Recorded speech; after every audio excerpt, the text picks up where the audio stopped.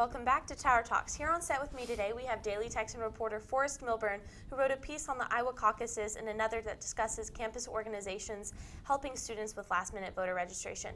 Thank you so much for joining us, Forrest. Thanks. So I want to first talk about your Iowa caucus piece that you wrote for the Texan, and in it you have a lot of sources. You have one of the millennials who's volunteering for Ted Cruz, and you have another University Democrat, and then you have someone who's volunteering for Students for Hillary, and everyone is very confident that their candidate is going to be successful from here on out. And obviously, as we know, there's one Republican nominee and one Democrat nominee. And so what do you think that speaks about about the campaign cycle that we're seeing right now, just on a broader scale, that everyone's so full of energy and confidence? Well, so UT's like a really politically active campus. That's just something that is not just for UT, but also Austin in general. And so each section of supporters on UT, on the campus, each one kind of represents the supporters throughout the country. And every single one that I talk to, and also the campaigns in general, kind of just feel that the Iowa results basically shows that their candidates is where they need to be. So you have Bernie Sanders supporters who pretty much say that the fact that he almost beat the establishment candidate, the one who's funded very well, proves that he can do very well in New Hampshire and then hopefully go to the nomination. Hillary Clinton supporters will say that she honestly wasn't supposed to do all that great there anyway because Iowa is a pretty liberal caucus area. So basically she's where she needs to be. Same thing can be said for supporters and students of the Republicans. And that's what I was going to kind of bring up next is you had Donald Trump. He was leading in 13 different polls leading up to the Iowa caucus. Oh yeah, Donald Trump is, he's going to take Iowa. And then, when everything kind of starts to come together, Ted Cruz, what was it? He won Iowa with 28%? Yeah. And a lot of people are saying that was kind of due to his grassroots sort of movement and his campaign style and how he kind of runs things. Do you think that that's kind of how we're going to see it stack up in New Hampshire as well come February 9th? I'm predicting that New Hampshire is going to be a little bit different. The Iowa caucuses and the New Hampshire primaries are fundamentally different in certain ways. So you have the Iowa caucuses generally favor Republican candidates who are more conservative. They're more movement social conservatives. So that's why Rick Santorum won it. That's why Mike Huckabee won it, and that's why Ted Cruz won it. But I think in New Hampshire, I think Donald Trump is probably going to do better there than he did in Iowa. His second place finish in Iowa, though, I don't know how much that's going to affect his campaign. But from the polls, he's leading. He's been consistently leading. No other candidate has beaten him in any poll released of New Hampshire. Cruz hasn't. Rubio hasn't. Any of the establishment more moderate candidates haven't. But yeah. And so that was kind of it's a very interesting dynamic what you're seeing with Cruz, Rubio, and Trump. And earlier today, Trump kind of gets on Twitter and says, Cruz is a fraud. He didn't really win Iowa. And there's a lot to be said about that because there are so many different things leading up to the Iowa caucus. But do you think that that's going to end up hurting Donald Trump or helping him? He's known for saying these bold remarks, and every time reporters, political pundits, they come out and they say, oh, this is going to hurt him, this is going to kill him. But he's still in the race. So I want your thoughts on that. Well, I think there's a difference between Megyn Kelly and reporters kind of saying Trump is not going to do well at the debates, he's not going to do well in the campaign, and also between him not doing well in the campaign. You had reporters basically say that he's polling well right now, but all this rhetoric coming for him, all this anti-immigrant rhetoric, anti-women immigrant rhetoric, all of that's going to damage his campaign. It didn't. But the Iowa results, the polls said he was supposed to do well there. He was supposed to place first. There were a couple that said, Cruz would win, but he didn't. So that's not journalists' fault. I think that's not polling's fault either. So voter turnout, maybe? Voter turnout, maybe, yeah. Polls had shown, that's actually weird because basically the polls released immediately right before the caucuses showed that if higher turnout, if Iowans vote in higher turnout numbers, then Donald Trump gradually grows in support. So they said turnout would probably be at about, I think it was 14% turnout throughout the entire state. And in that, it was pretty kind of close between Trump and Cruz. But we saw that 14% turnout was beaten. Records were smashed in Iowa, both sides. Right. But yet Trump actually did not win in that case. So that was kind of a weird scenario.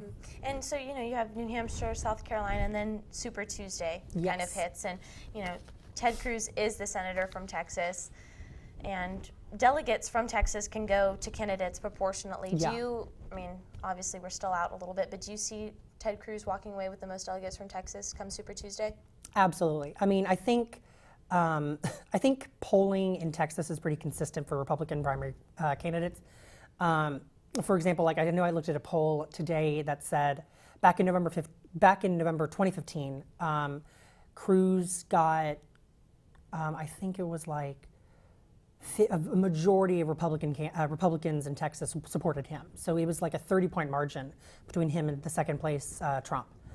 So I think he will definitely walk away with a majority of Texas delegates. Great. Well, speaking of the Texas primary, we're going to take a quick break, but when we come back, we will have Tower Talks correspondent Connor Barrick join me and Forrest on set as we discuss voter registration in Texas. Stay tuned.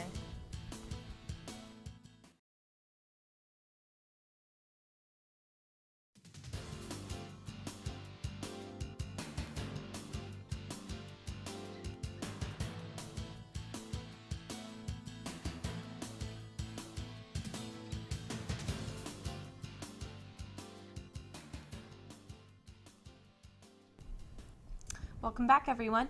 Tower Talks correspondent Connor Barrick has joined Forrest and I to talk a little bit about voter registration. Thank you. February 1st marked the end of registration here in Texas, and students on campus had one more chance to do so before the deadline with the help of student organizations and political groups. Let's take a look at what students had to say to Connor about registration and the presidential campaign. Texas has had a low voters turnout in the past few years, and with the 2016 presidential election upon us and Texans scheduled to vote March 1st, students around campus took note of an increased effort to boost voting turnout. We asked students if they registered to vote, who they plan on voting for, and why.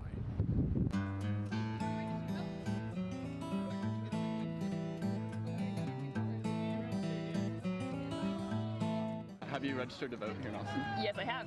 And what made you register to vote? Because it's our civic duty, and I registered last year, and I voted last year, and I think every person should do it. So did y'all register to vote here in Austin? Yes. You registered to vote here in Austin? Yes. So have you registered to vote here in Austin? Yes. Who do y'all plan on voting for? I want to vote for Bernie Sanders. Bernie Sanders, and why is that? I like his policy on healthcare a lot. Can you name one point of Universal healthcare. I'll probably vote for Sanders. Why is that?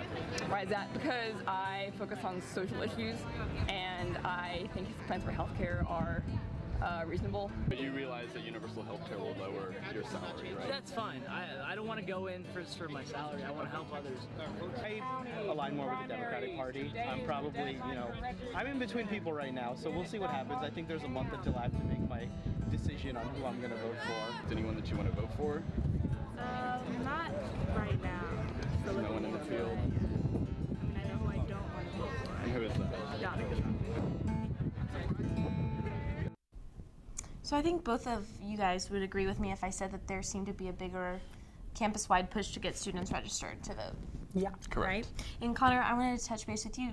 When you were asking students, everyone was like, yeah, I've already registered to vote, yeah, and that kind of took you back. What is Texas's history regarding voter registration turnout? Well, typically in the past, Texas had a really low voters turnout, coming around in about 36%, which is one of the nation's lowest. And so I think the university was trying to push to get more students to vote, to register to vote, that way they could come in and vote for the 2016 election. And what's your take on that? Do you agree with that? Yeah, I think obviously 2012 wasn't that big of a year because it was an election. There was an incumbent already in the presidency. But now this is the first time since 2008 where millennials can and college students can go out, register, and turn out to vote for a new president from either party. And also both primaries are also competitive, so that helps. So do you think that the fact that this election cycle seems to be very supercharged, you have Bernie Sanders on one side, Donald Trump on the other, two people that really weren't expected to do all that well. Do you think that that has anything to say for this bigger push in voter turnout, whether or not the students themselves were being pushed by organizations on campus to come out and register to vote, or whether or not they're taking it upon themselves to come out and vote? I think it's a mixture of both. I think you have more volunteer deputy registrars going out and saying, hey, this is my candidate. You should totally register to vote because he's awesome. That's what I'm seeing, but there's also a lot of students themselves saying, I'm watching these debates, I'm really tuned into what Hillary Clinton's saying about a slew of different issues, and so I want to register to vote to make sure I'm there on March 1st.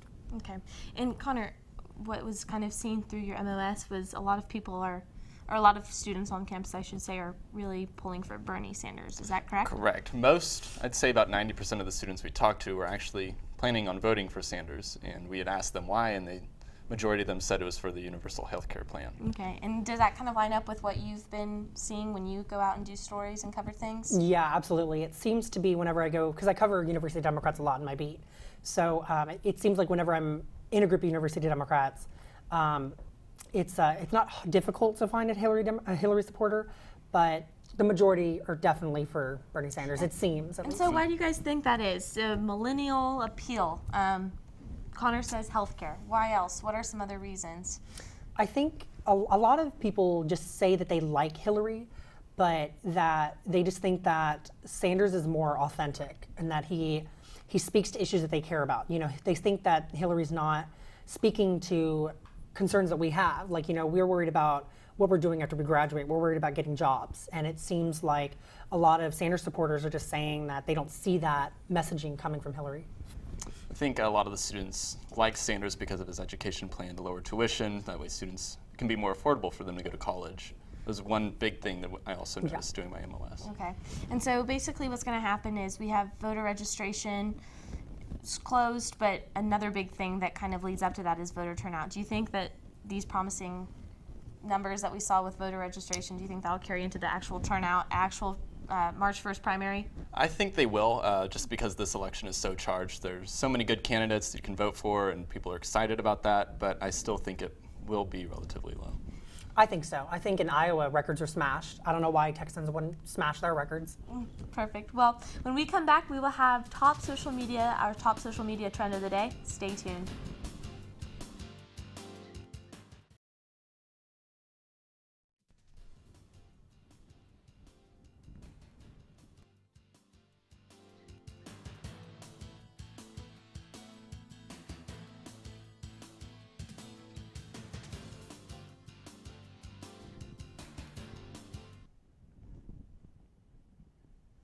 Good evening and welcome to Tower Talks. I'm Cassie Pollock and thank you so much for joining us tonight. We're excited to be back and have great things in store for you this season.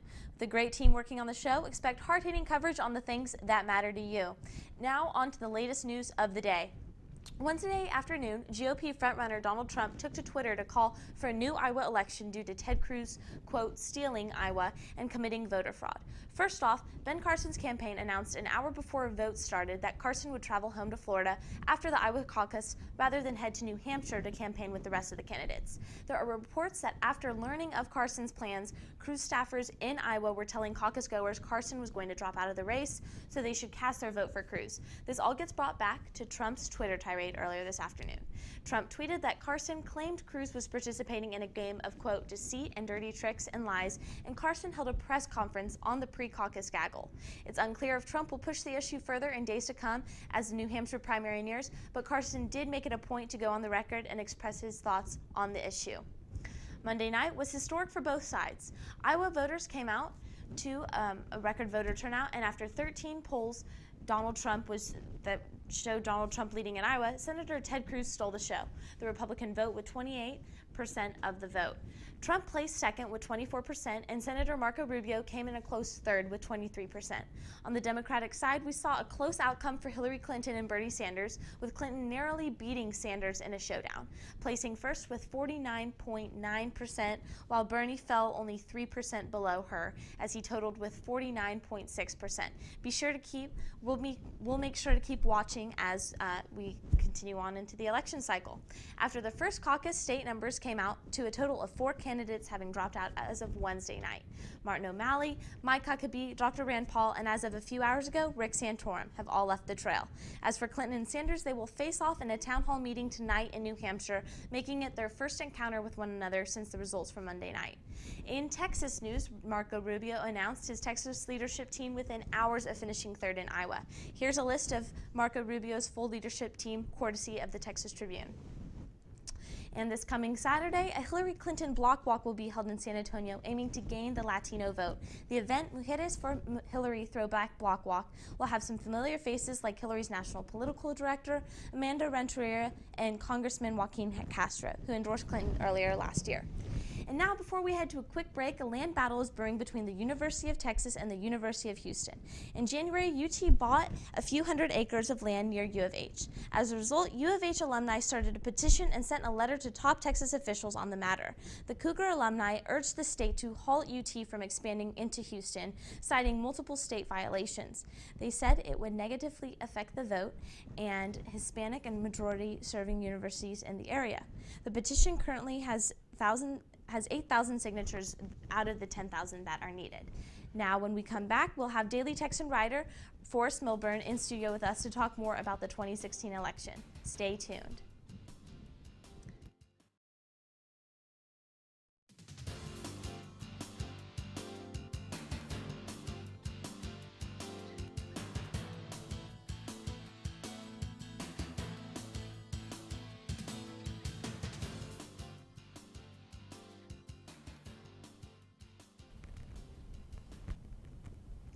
Welcome back to Tower Talks. Social media is buzzing with hashtag Millennial Bill of Rights, and issues such as student loan debt, finding jobs, and the future of the country are some of the main topics that are appearing on the hashtag. Referring to baby boomers and the economy, one user wrote, It's hilariously ironic how all these grown-ups are using hashtag Millennial Bill of Rights to make fun of the generation they raised. Longhorn alumnus and Democratic candidate for Texas legislature, Huey Ray Fisher, weighed in, saying it starts by electing more millennials to public office. So Connor and Forrest, I want y'all's take on this really quick. A recurring theme, like we just got done talking about, is that every single candidate, no matter if they're on the left or the right, they're really trying to make an appeal to the millennial vote. Yeah. Why do you think that is? Do you think they're realizing that just those types of numbers are growing and that it's becoming ever more important to have that vote secured? What do you think about that? I think it's just that, we're kind of a sleeping giant in terms of that we don't turn out as often as we should, honestly, except in 2008. In 2008, a lot of millennial voters around the country turned out to support soon-to-be President Barack Obama. And that actually ended up giving Obama the state of Indiana, which hadn't gone blue in like decades.